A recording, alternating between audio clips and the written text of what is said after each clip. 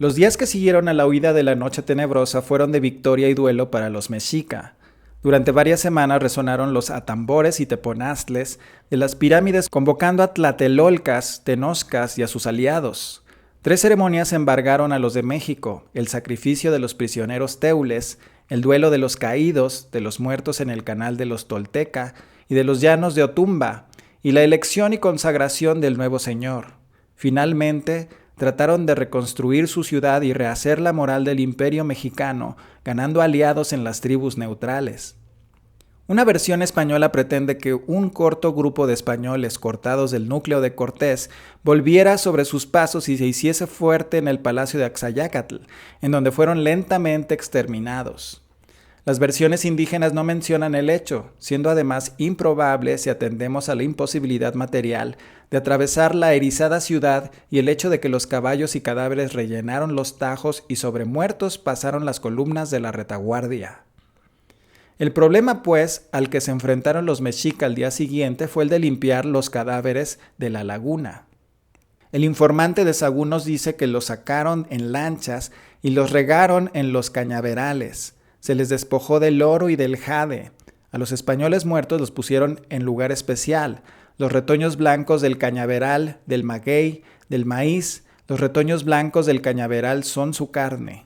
Sacaron los caballos y las armas, la artillería pesada, arcabuces, ballestas, espadas de metal, lanzas y saetas, los cascos y las corazas de hierro, los escudos. También se recogió el oro disperso. Pero quienes no habían muerto en combate, quienes no habían perecido ahogados en la laguna, sino que habían sido arrancados de la columna de fugitivos y hechos prisioneros, fueron sacrificados. Durante varios días resonaron lúgubremente los huehuetl del Templo Mayor convocando a tlatelolcas y a tenochcas a presenciar el sangriento rito destinado a aplacar la cólera de los dioses ofendidos. Grupos de españoles y tlaxcaltecas fueron llevados al recinto del Cuatepantli.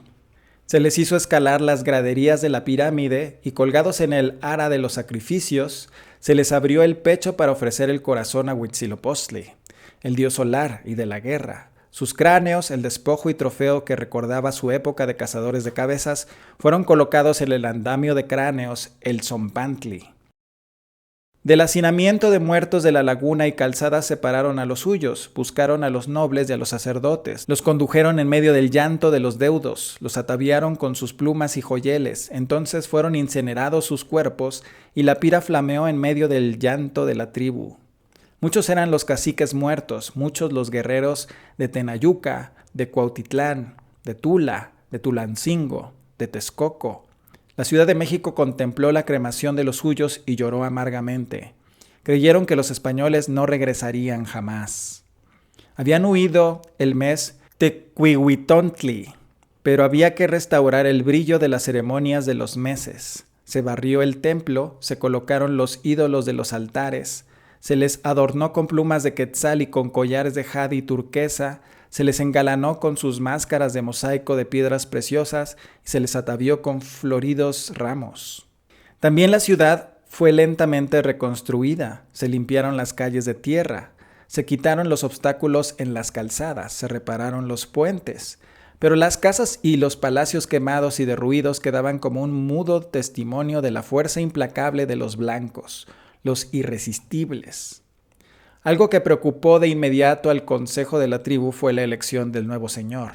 El consejo electoral, sin el fausto y grandeza de antaño, señaló a su nuevo caudillo, Cuitláhuac, el animoso señor de Iztapalapa, al que Gómara llamara hombre astuto y valiente. Era el noble, afrentado que Cortés retuviera prisionero y solo dejara libre a instancias de Moctezuma para pacificar a los suyos, pero en realidad el hombre que dejara los grilletes no para obedecer a su rey, sino para conducir a su pueblo.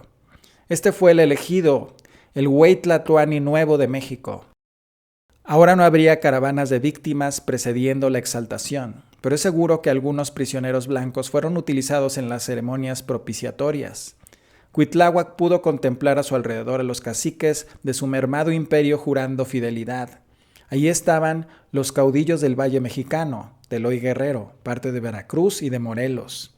Otro príncipe fue ungido como Tlatoani, Coanacochtzin. Texcoco pudo saludar a un descendiente de Netzahualcóyotl como su nuevo señor. Volvían así a quedar integradas las cabezas de la Triple Alianza: Cuitláhuac, Cuanacoch y Tetlepanquetzal, los señores de México, Texcoco y Tacuba. Pero cuando el imperio empezaba a incorporarse de su pasada ruina, cuando los mensajeros de México recorrían el país buscando la alianza de las tribus, se extendió una epidemia, reinó un calor sofocante, llegó un temible y desconocido mal, las viruelas. Un soldado negro de Narváez había contagiado a los costeños, a los totonacas, y desde allá se propagó el mal. Caía sobre una humanidad no vacunada por el mal, sobre hombres sin resistencias naturales, y el país entero fue víctima de la enfermedad. Los indígenas la llamaron Quetzalcoatl, como lepra cubrió a los enfermos. Mucha gente moría de ella y muchos también morían de hambre. La gente en general moría de hambre porque nadie ya se preocupaba de la gente enferma, nadie se dedicaba a ellos. A algunos la erupción solo acometía en lugares aislados, con pústulas a grandes distancias y no los hacía sufrir mucho, ni de ella morían tampoco muchos. Y en muchos hombres se afeaba la cara, recibían manchas en la cara o en la nariz, algunos perdían un ojo o cegaban completamente. Y en el duelo de la epidemia, México hubo de llorar una pérdida: Cuitláhuac, el señor de México, quien murió a los 80 días de su exaltación, víctima del maldito Huetzáhuatl, terminando así el caudillo de la expulsión de los teules. Amenguaba ya la plaga divina, el Huetzáhuatl, traído por los teules, cuando el mes Quecholi de la cuenta indígena, la veintena que empezaba el 23 de octubre, murió Cuitláhuac consumido por la fiebre de las viruelas. Dice lapidariamente el Códice Aubin. Solamente 80 días gobernó, terminó el mes de Quecholi, en el cual murió de calentura. En efecto, al finalizar agosto o en la primera mitad de septiembre había sido entronizado, muy poco después de la expulsión de los extranjeros, pero el extraño mal, llegado con los blancos, se extendió sobre México y Cuitláhuac murió al 4º mes lunar de su jura. Nuevamente hubo de convocarse el Supremo Consejo de la tribu para designar al sucesor. Había que traer a los señores del reino y a la nobleza del clan totémico de las Águilas, pero entre tanto se reunía el electorado. Cuauhtémoc, ahora sin discusión, recibió el cetro y el mando. El príncipe de Tlatelolco, el héroe niño de la resistencia de los teules, iba a ser el caudillo de los aciagos momentos que venían. Desde septiembre de 1520 hasta enero de 1521, Cuauhtémoc gobernó de facto el imperio, ya que la ceremonia de la consagración no se realizó hasta el Nemonteni, o 5 días funestos fuera del calendario indígena, días que nuestro calendario caían el 28 de enero al 1 de febrero del año siguiente. Dice el Códice Aubin: como 11º señor durante los Nemonteni, el mes de Cuautliteua, él se entronizó Cuauhtemotzin. En un dato hasta ahora desconocido, pero significativo y extraño, en la historia de Cuauhtémoc y de su pueblo. En efecto, los calendarios de los aztecas se componían de 10 y 8 meses lunares de 20 días cada uno, quedando fuera del calendario de los meses 5 días llamados Nemonteni, que consideraban funestos y de mal agüero. Estos días, dice Sahagún, los tenían por mal afortunados y aciagos. Decían que los que en ellos nacían tenían malos sucesos en todas sus cosas y eran pobres y míseros. No usaban hacer nada en estos días por ser mal afortunados. ¿Por qué pues la entronización de Cuauhtémoc se realizó precisamente en estos días de desventura? Solo caben 2 explicaciones. Sea que se acepte que fue consecuencia de una revelación mágica impuesta por los oráculos que así creyeron que al conjuro de los días infortunados iban a vencer a los blancos, a los irresistibles, o según se dé una explicación histórica, en enero de 1521 Cortés volvió sobre la Ciudad de México y aunque parcialmente rechazado en Iztapalapa, sus gentes se presentaron amenazadoramente a las puertas del reducto lacustre. Había pues que apresurar la elección. Aún sin el consorcio de la nobleza guerrera de provincia para hacer frente a la situación. De todas suertes, Cuauhtémoc ascendió al real solio en desusada situación, en los días adversos de llanto y de recogimiento, en los Nemonteni, con lo que concluía el año indígena, algo simbólico y como el nombre mismo de Cuauhtémoc presagia días de infortunio. Bernal Díaz nos ha dejado el único retrato que ha llegado hasta nosotros del príncipe mexicano. Bien gentil hombre para ser indígena y una buena disposición y rostro alegre. dice el cronista español, describiendo como si lo tuviese a la vista, de muy gentil disposición así de cuerpo como de facciones, y la cara algo larga y alegre, y los ojos más parecía que cuando miraban, que era con gravedad que halagueños. Y la color tiraba su matiz algo más blanco que la color de los indígenas morenos. Todavía añade Bernal una nota más de elogio para el hermoso príncipe de Tlatelolco, muy esforzado y se hizo temer de tal manera que todos los suyos temblaban de él. Tocó a Cuanacochtzin y a Tetlepanquetzaltzin entronizar al príncipe Tlatelolca.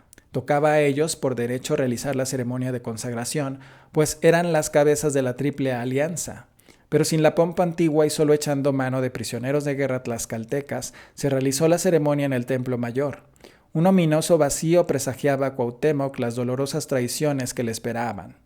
Casi todo el oriente había escapado al dominio de México, y del propio Valle Mexicano y de Cuernavaca, muchos no asistieron por temor al capitán Malinche, por resentimiento a los aztecas o por cobardía. Los señores de Texcoco y Tacuba abrían el cortejo que conducía a Cuauhtémoc a la pirámide de Huitzilopochtli. Ahí se le atavió, se le tiñó de negro, fue rociado con aguas sagradas y se le dotó de los mágicos símbolos de inmunización y poder, ataviándosele con la manta pintada con los cráneos y huesos símbolos de la tierra. Finalmente, Cuanacoch, señor de Texcoco, habló para pronunciar las palabras con que generalmente saludaban al nuevo señor, y que poco debieron variar de las que Motolinia recogió para un acto similar. Señor mío, mirad cómo os han honrado vuestros caballeros y vasallos, pues ya sois confirmado, habéis de tener cuidado de ellos y amarlos como a hijos.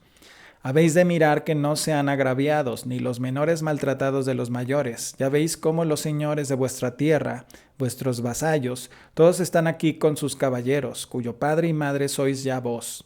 Y como tal los habéis de amparar y defender en la justicia, porque todos sus ojos están puestos en vos. Sois el que los habéis de regir y dar orden en las cosas de la tierra. Mirad que tengáis mucho cuidado, habéis de velar mucho en hacer andar el sol a la tierra. Mirad, Señor, que habéis de trabajar como para que no falte sacrificio de sangre y comida al dios sol, porque tenga por bien vencer su curso alumbrarnos. A la diosa tierra también porque nos dé mantenimiento. Mirad que veléis mucho en castigar y matar a los malos, así señores como regidores, a los desobedientes y a todos los delincuentes. En el recinto del Templo Mayor se hizo un silencio de muerte al concluir su oración el rey de Texcoco. Cuauhtémoc iba a hablar. Infortunadamente la historia no ha recogido sus palabras, pero podríamos reconstruirlas si tenemos presentes sus futuras oraciones al pueblo, transmitidas por los cronistas. Encareció a los suyos valor, fe inquebrantable en los dioses y decisión para vencer en aquella amarga hora, porque la derrota significaba esclavitud y muerte. Quizá terminó con estas palabras que, por usuales en estas ceremonias, recogió Sagún como oración con la que respondía el Señor recién consagrado a su pueblo. Por ventura pasará sobre mí como sueño la regencia y en breve se acabará mi vida. O por ventura pasarán algunos días y años que llevaré a cuestas esta carga que nuestros abuelos dejaron cuando murieron. Grave y de muy gran fatiga, en quien hay causa de humillación más que de soberbia y altivez. En efecto, los presagios no podían ser más siniestros. Malinche había vuelto como una luz sobre Tenochtitlan, y los enemigos, los tlaxcaltecas, cantaban ya cánticos de victoria, mientras los tibios y los cobardes se inclinaban lentamente en el poder de los extranjeros. Cuauhtémoc continuó la tarea de su predecesor, fortificar la ciudad, hacer de la isla un reducto inexpugnable, ahondado acequias, cortando tajos, levantando murallas y cavando fosas. Cortés, que supo esto por un prisionero mexica tomado en Huauquechula, añade: en especial supe que hacían lanzas largas como picas para inutilizar los caballos. Pero el genio político de Cuauhtémoc iba más allá. Había que fortalecer la ciudad, pero había que hacer posible una victoria formando alianzas ofensivas y defensivas con los enemigos tradicionales. Sus embajadores recorrieron Anáhuac, ofrecían exención de tributos a los antiguos sojuzgados y paz inquebrantable a los enemigos tradicionales.